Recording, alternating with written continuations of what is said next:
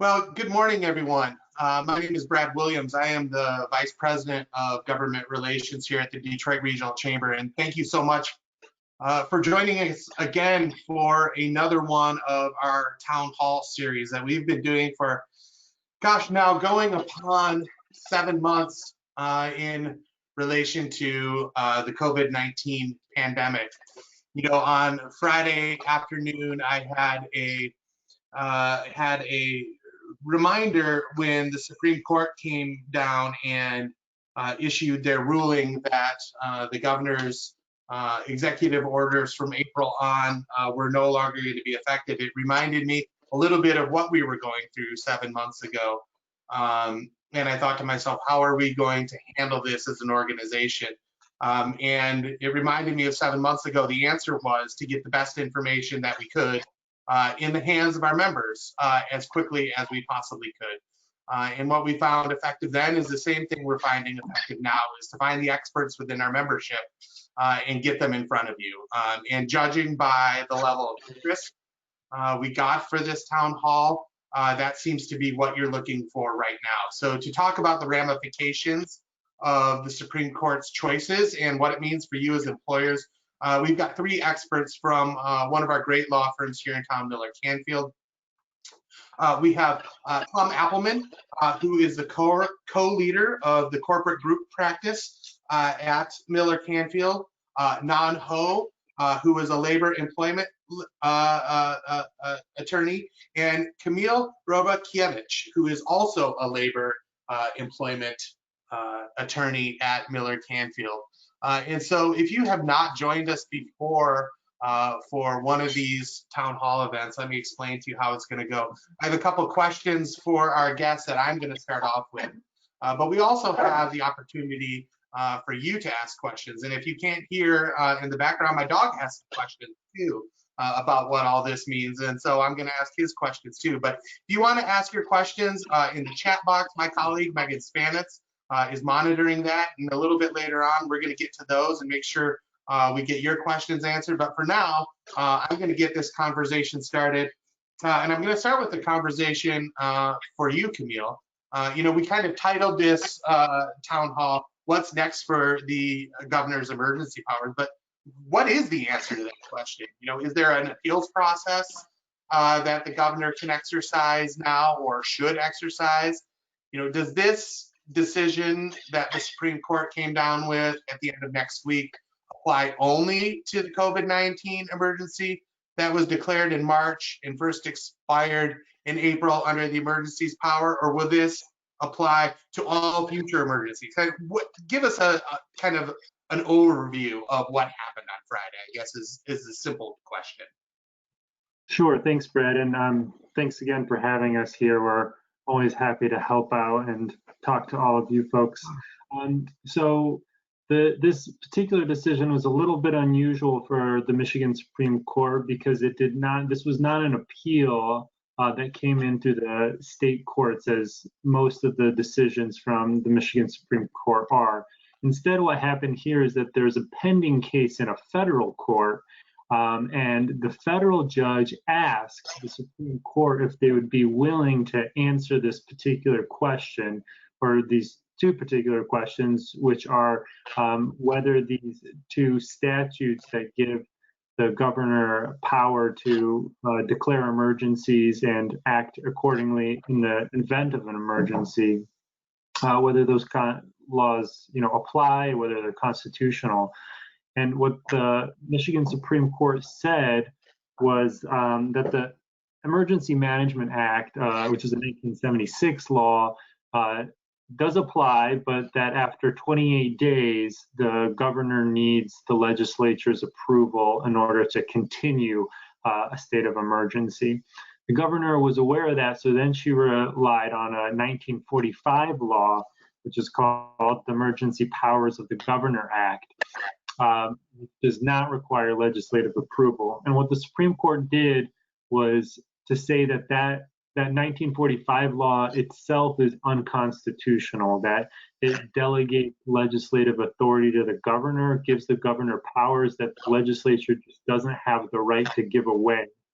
And therefore, that law is invalid because the governor relied on that law in order to issue quite a few, over 100 executive orders. All those executive orders are now at most questionable and likely are invalid as well.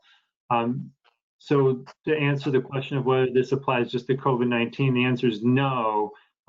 What the court said was that this 1945 law giving the governor in any circumstance broad emergency powers is an unconstitutional law and cannot be used now or in the future.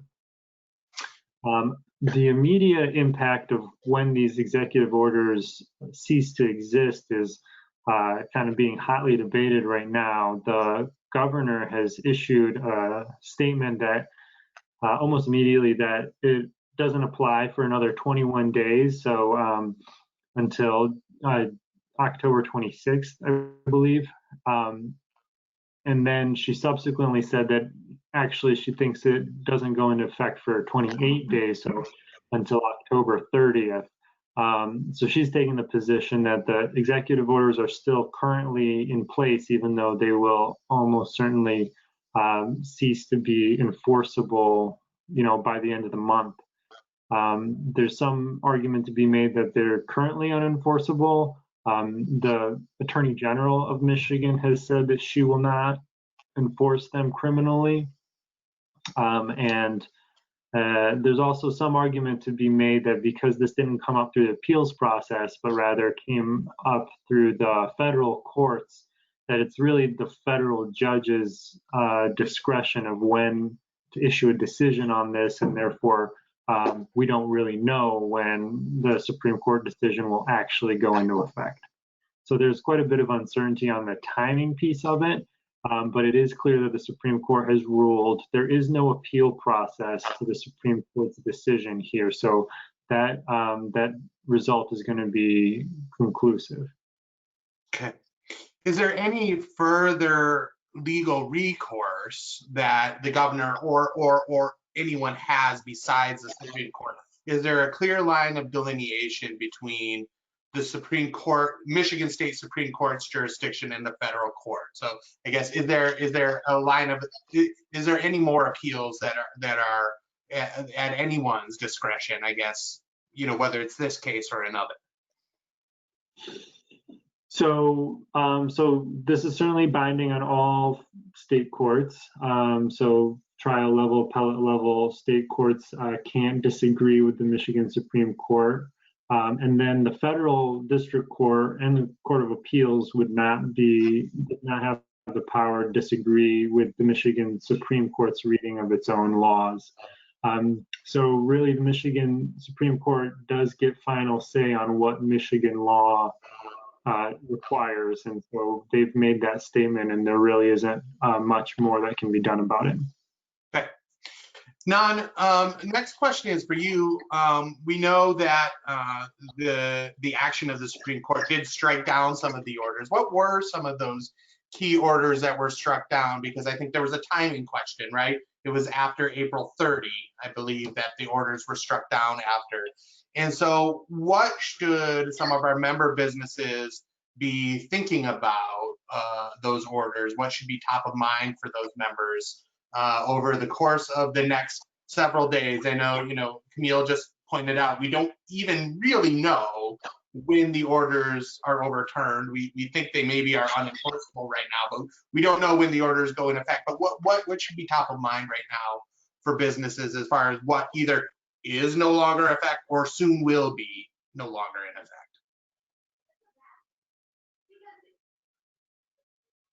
Thank you, Brad. So yes, as Camille said, a lot of the governor executive order, in fact, all the order that was exercised based on the two law, based on the EMA after April 30th and based on the EPGA will likely to be found invalid. Some of the notable executive order that will be effective, will be affected is the governor's Safe Start order, the latest number being 183, which require remote working to the extent that is able. require individual leaving their residence to follow social distancing guidelines and mask orders, impose restriction on certain public accommodation, bar, restaurant, nightclub, gatherings and events, and organized sports. So that's one of the order that will likely be affected from the Supreme Court order. The other order that business should be aware that will be affected is the workplace safety order, the latest number being 184, which require all business that have employees leave their home to go to work to implement certain safeguards in the workplace, including implementing developing a COVID-19 preparedness and response plan, requiring face covering in the workplace, increasing facility cleaning and disinfection, requiring the business to report confirmed case of COVID-19 to local public health, as well as to other who has come in close contact with a confirmed case of COVID-19. The workplace safety order also impose specific requirements for certain industries. So if you are one of the industry that is covered under this order, you would like to, be aware that this order might become invalid. Another order that business should be aware of that will be affected is the order protecting workers who has to stay home when they or their close contact are sick. This is order 172. Then we have the mask order by the governor, which require individual leaving their house and be an indoor public space or outdoor public space that can't maintain a 6-foot distance to wear masks. Then we have order expanding unemployment eligibility and non-charging of employers. This is important for business because now this order is also in limbo. And then, for others who have children or, employee who have children at work, we have the orders of the governor establishing protocols for returning to school in the fall. So those are the notable executive orders that will likely be affected by the Supreme Court order. Like Camille said, right now, the question of whether these orders are still valid or not is still inconclusive. It's likely we'll have to wait until what the federal court does before we can really act upon it. But businesses should, because of the changes, because of all the sudden changes, business should continue to update themselves of the new development that come out of this decision. To keep themselves updated of what is going on, and don't just discard implement all the safety procedure that you have already put in place, because we don't know what new order that might come out of other agency, and business are still required to protect their worker and the people who come onto their premises. So I want to ask, this is somewhat of a follow-up question.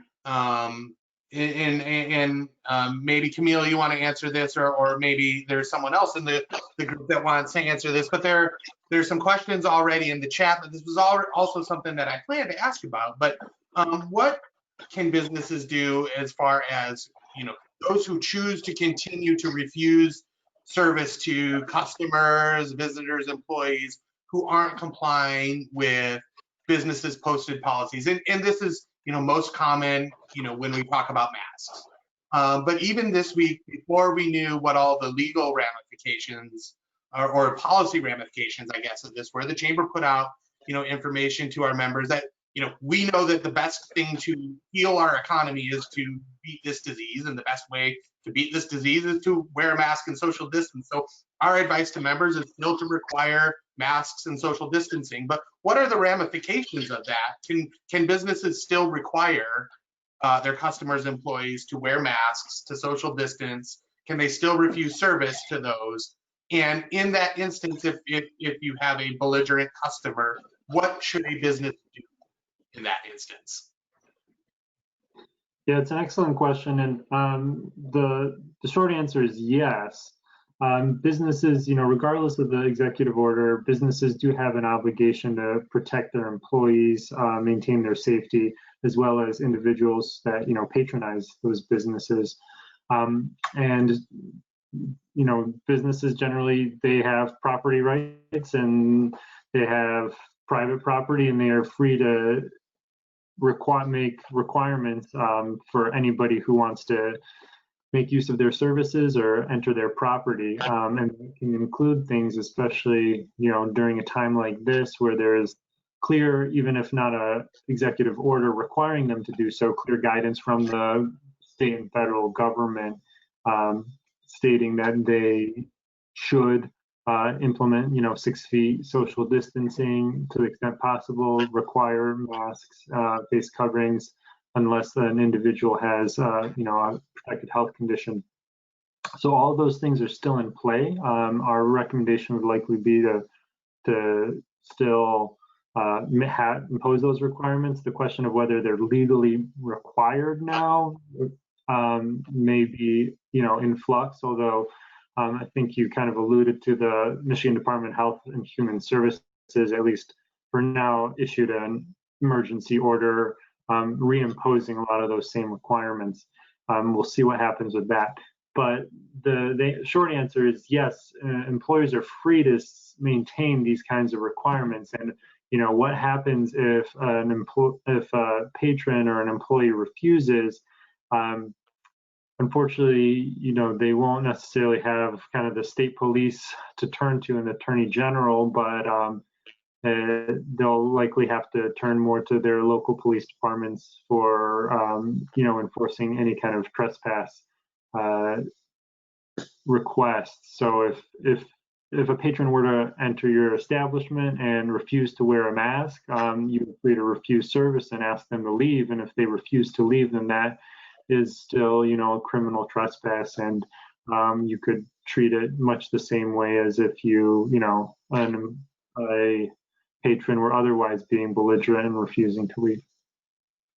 So while we're on the subject of masks, and I don't want to turn this into an entire conversation about masks, because while it's certainly a flashpoint for a lot of people, it is not the most important conversation to a lot of our members for business purposes. But I do want to ask the question because so many of our members, especially as we were starting to inch into reopening earlier in the spring, were really concerned about their liability protections and the fact that they would like more liability protections, both under federal and state law. And maybe this is a question for you, Tom.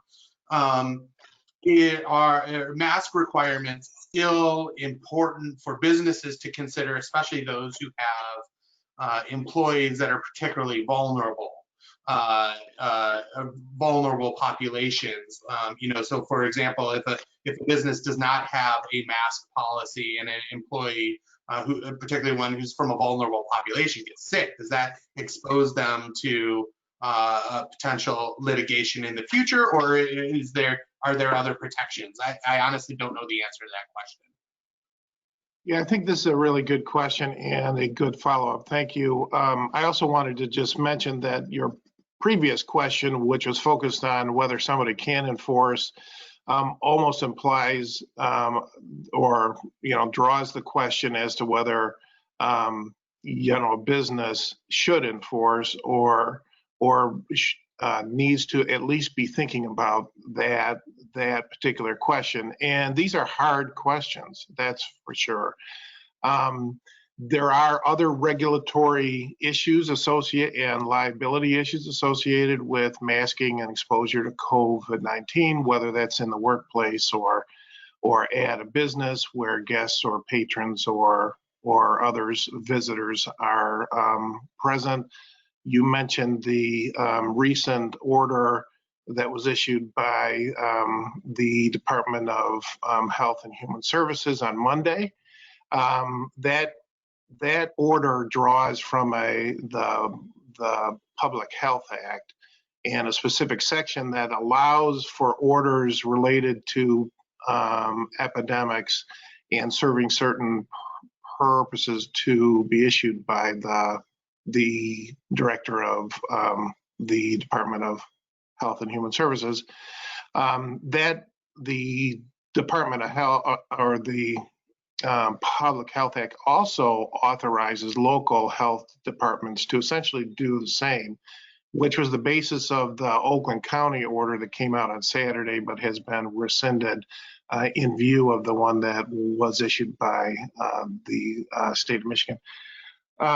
So there are those orders, and we can go through those if you like.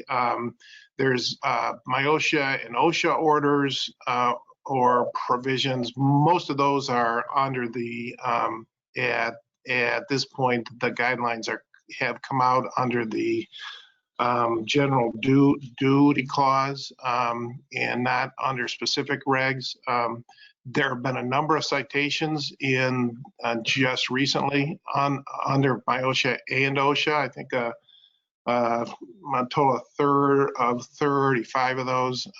The director has said that the issued citations will not be rescinded, although there are reports of challenges that are planned, trying to hinge those orders on the executive orders, although they are separate. But at least one of the executive orders actually referred to MIOSHA and type of orders, and that it would violate the general duty clause. So there's a sort of a mismatch of issues that arise from that, and we'll see where that all comes from. And some of those citations are subject to just challenge on facts and circumstance grounds. And those came out of, masking requirements, distancing requirements, the requirement for a preparedness plan, those kinds of things that are also covered by executive orders, but in part and in many respects covered by CEDC guidelines, by OSHA guidelines, by voluntary association guidelines, and those kinds of things. And where that leads to is the question of if somebody gets exposed and can meet causation tests to show that it came from a particular business or exposure at the business, can there be liability for failure to protect and taking reasonable cautions? And I think that those are all very much facts and circumstances type tests. Of course, workers' compensation, governs to a certain extent those kinds of claims that come from the workforce, but provided that they fall within the exclusive remedy provision of the workers' compensation statute. And that applies to injuries and occupational diseases. And so one of the questions will be, is a COVID-19 exposure, if you can prove causation, does that fall within the workers' compensation statute, as opposed to, at least in some cases, I'm not sure where Michigan is on this, regular sort of diseases like flus, et cetera, that have been held in some places not to fall within. One of the governor's orders, however, was for first responders or first response employees to make it conclusive that if any of them contracted the disease, that it would be deemed for all purposes to be covered by the workers' compensation. That is not the case necessarily for non-first responders. Instead, you have to go through the regular program or the regular procedures and make the claims, and there are the issues that I mentioned. We talked about OSHA. Generally, they're common law claims that can occur. I'm pretty sure that was an agreement with what I just said. Your dog barking, that is. I'm sorry. Oh, you're on mute now, Brad. Anyway, so there are there are possibilities of claims under other theories of liabilities, premises liability, negligence, and the like. And those are all based on facts and circumstances. I'll just make one more comment in terms of liability, though, which isn't exactly what you asked, but I think you all know that the Senate, the U.S. Senate has passed a Safe Work Act bill. It has not been approved by the House. That has elements of immunity to businesses. State of Michigan, the House has adopted a series of bills that are focused on the same things, not yet been approved by the Senate, and no idea where that all is going. Very controversial in many respects.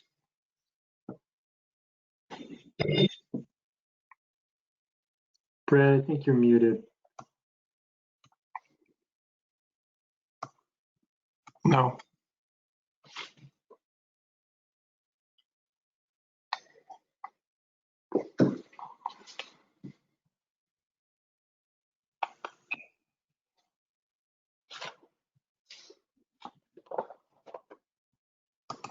While Brett's figuring out his volume situation, I'll jump in with some questions from the audience.